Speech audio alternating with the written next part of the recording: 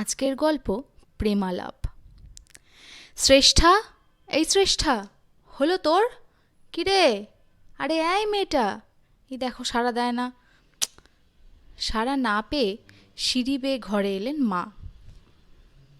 ঘরে তাকিয়ে দেখলেন মেয়ে একটা টপ আর প্যান্ট পরে খাটের এক কোণায় বসে আছে।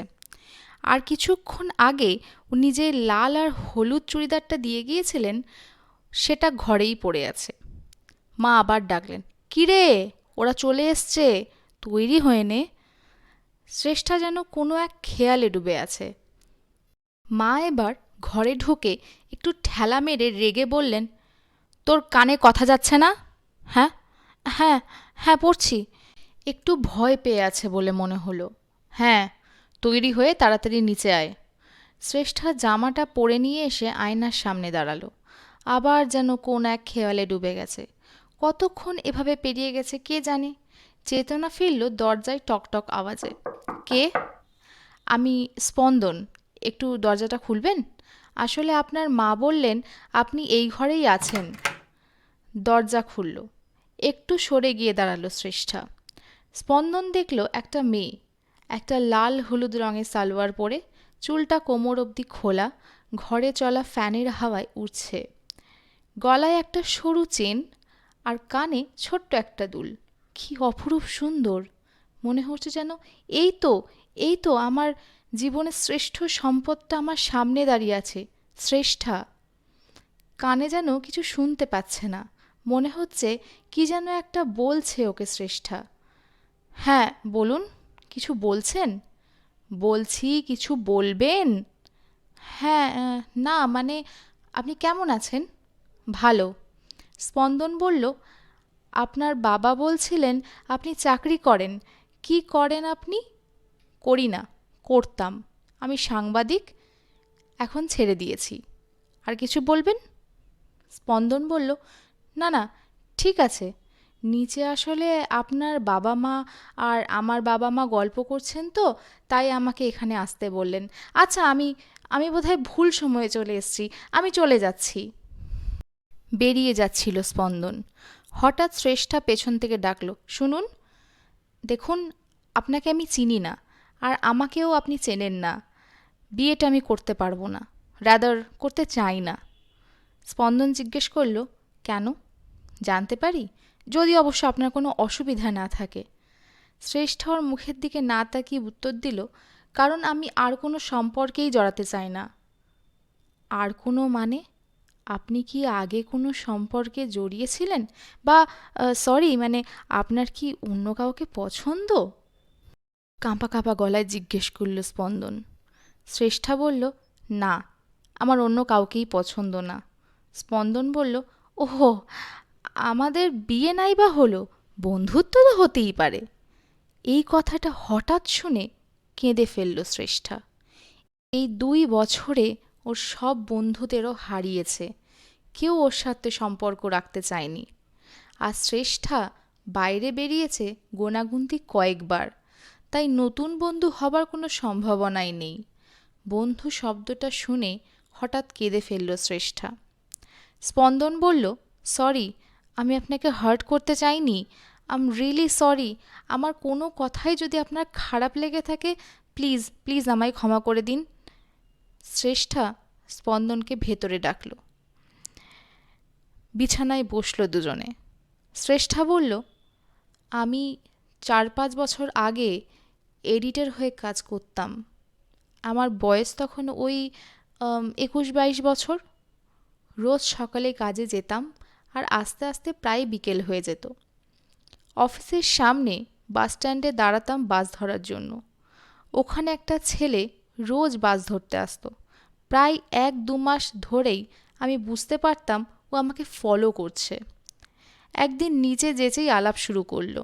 আমি কোথায় থাকি, এখানে কি করতে আসি, বাড়িতে কে কে আছে, এই সব। ওর নাম ছিল শুভম চক্রবর্তী। নিজস্ব বিজনেস আছে। কিসের বিজনেস জিজ্ঞেস করতে বলেছিল, ট্রাভেল ট্যুরিজমের বিজনেস। এরকমভাবে 1 বছর কেটে গেল। আমাদের মধ্যে গভীরতা বাড়ল। আমাকে খুব কেয়ার করতে লাগলো। আস্তে আস্তে দুজনে কাছে আসতে লাগলাম। প্রেমে পড়লাম আমি। বাড়িতে সব জানালাম। বাবা মা কেউই পছন্দ করতো না শুভমকে। আমাকে খালি বলতো ওর থেকে দূরে থাকতে, কারণ ও নাকি খুব একটা সুবিধার ছেলে না। আমি কোনোদিনই শুনিনি ওনাদের কথা। প্রেমে পড়লে যা হয় আর কি। যাই হোক, একদিন এরকমই আমরা অফিসের পাশে একটা কফি শপে মিট করলাম। আমি ওকে বললাম যে ওর বাড়িতে সবটা জানাতে।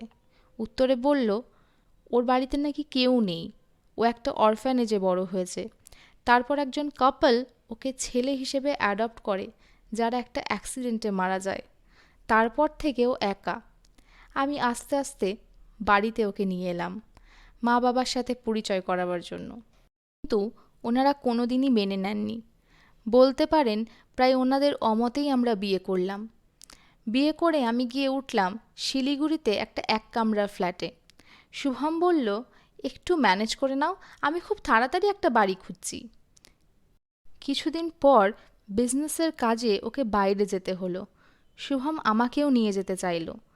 বলতে পারেন আমাদের ফার্স্ট ঘুরতে যাওয়া দুবাই। আমার চাকরিটা না আমাকে করতে দেওয়া হলো না। আমার যা জমানো টাকা পয়সা ছিল সব নিয়ে নিয়েছিলাম সঙ্গে করে। দুবাইতে গিয়ে আমার জীবনের সবচেয়ে বড় দুর্ঘটনাটা ঘটল। এই বলতে বলতে শ্রেষ্ঠা কেঁদে ফেলল। কিছুক্ষণ নিজেকে সামলে নিয়ে আবার শুরু করলো। ওখানে গিয়ে 3-4 মাস বেশ ভালোই কাটলো, কিন্তু তারপর হঠাৎ একদিন খুব ভোরবেলা আমার ঘুমটা ভেঙে গেল শুভমের ফোনের আওয়াজে। ওর ফোনটা বাজছিল আর শুভম ছিল বাথরুমে। বাথরুম থেকে চিল্লাতে থাকলো, আমি আসছি, তুমি ধরবে না, আমার কাজের ফোন। ফোনটা কেটে গেল। আমি আবার শুয়ে পড়লাম। 5 মিনিট পর আবার সেই এক নাম্বার থেকে ফোন।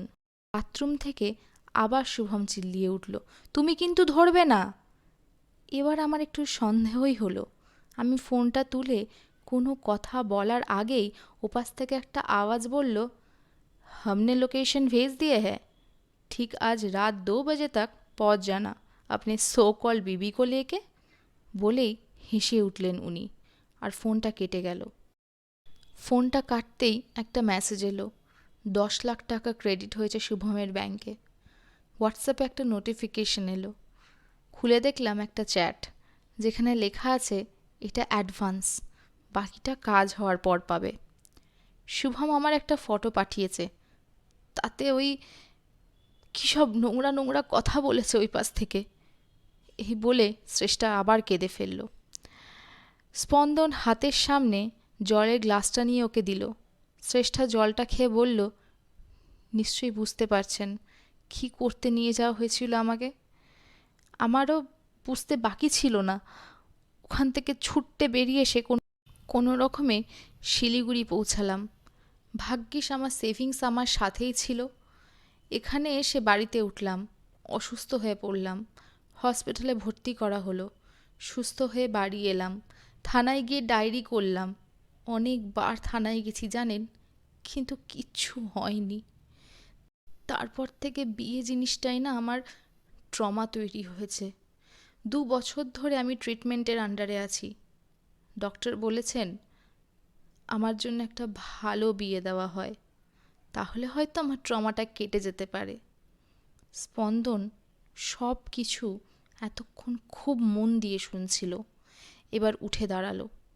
শ্রেষ্ঠা দেখল স্পন্দনের চোখে আগুন জ্বলছে। স্পন্দন বলল, আমি সবাইকে জানিয়ে দেব যে আমাদের দুজনেরই দুজনকে চিনতে সময় লাগবে, আর ততদিন আমরা বন্ধু থাকব। ওদের যথাযথ শাস্তি না হওয়া পর্যন্ত এই বিয়েটা হবে না। আর তারপর যদি আপনার মনে হয় তাহলেই আমরা বিবাহ বন্ধনে আবদ্ধ হব। এখন আমি আসি। শ্রেষ্ঠা এবার উঠে দাঁড়িয়ে জিজ্ঞেস করল, স্পন্দনবাবু আপনি কিসে জব করেন? স্পন্দন ঘুরে দাঁড়িয়ে হেসে উত্তর দিল, আমি আগে আসানসোল দুর্গাপুরে ছিলাম, এখন শিলিগুড়িতে ট্রান্সফার হয়েছি।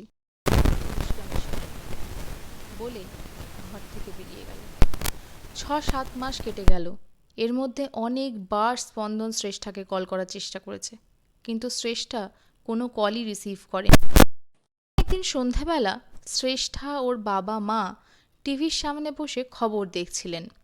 হঠাৎ একটা নিউজ শুনে শ্রেষ্ঠা মাথা তুলে তাকালো। খবরে দেখাচ্ছে দুবাইয়ের একটা পাচারকারী দল ধরা পড়েছে। ওদেরকে হেল্প করেছে অনেক লোক, তার মধ্যে একজনের নাম শুভম চক্রবর্তী।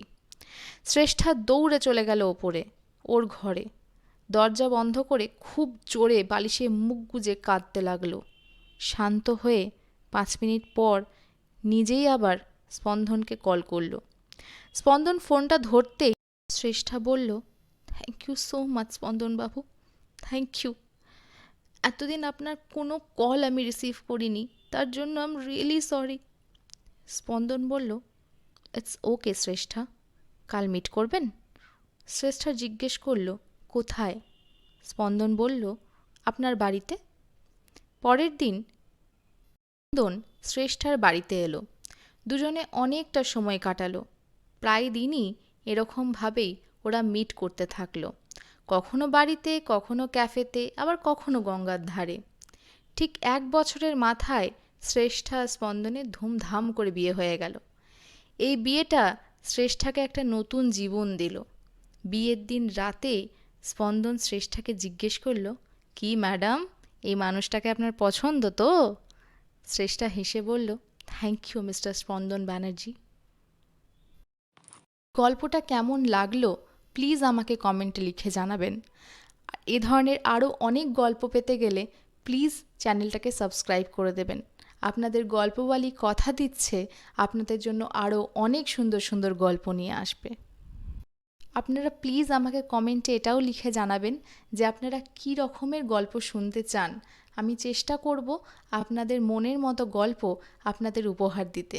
Thank you.